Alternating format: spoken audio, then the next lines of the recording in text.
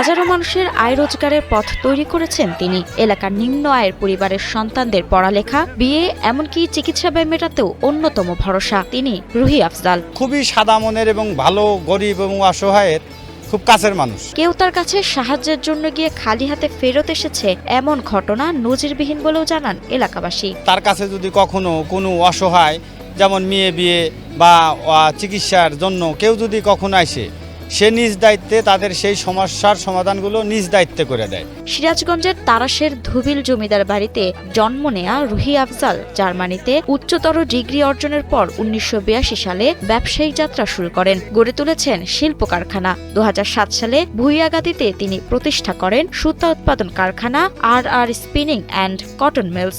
আমার স্বপ্ন মানুষের পাশে থাকা, মানুষের যে সেবা করা। এই কারখানায় বর্তমানে কর্মসংস্থান হয়েছে ২,০০০ নারী পুরুষের। এছাড়া বিসিক শিল্প পার্কে আরো ১০,০০০ মানুষের কর্মসংস্থান সৃষ্টির কাজ চলছে বলে জানা যায়। প্রায় ২,০০০ কর্মসংস্থানের ব্যবস্থা আমি করেছি।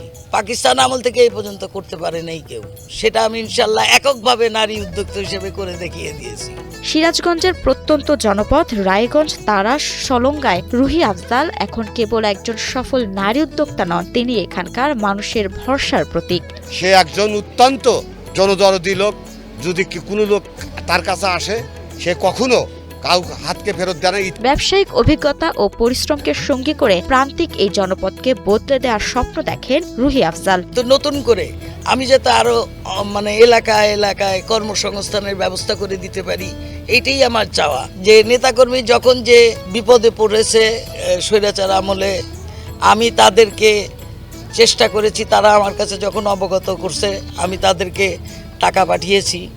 তাদের অনেকের খাওয়া ছিল না ঘরে, যেহেতু তাদের স্বামী পুত্র সবাই ধাওয়া খেত প্রতি রাতেই, কেউ ঘরে ঠিক মতো থাকতে পারতো না। তখন আমি তাদেরকে টাকা দিয়েও সাহায্য করেছি।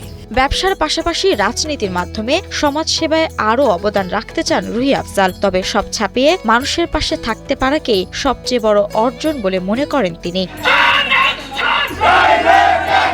মাহমুদা মুন্নি, ৭১।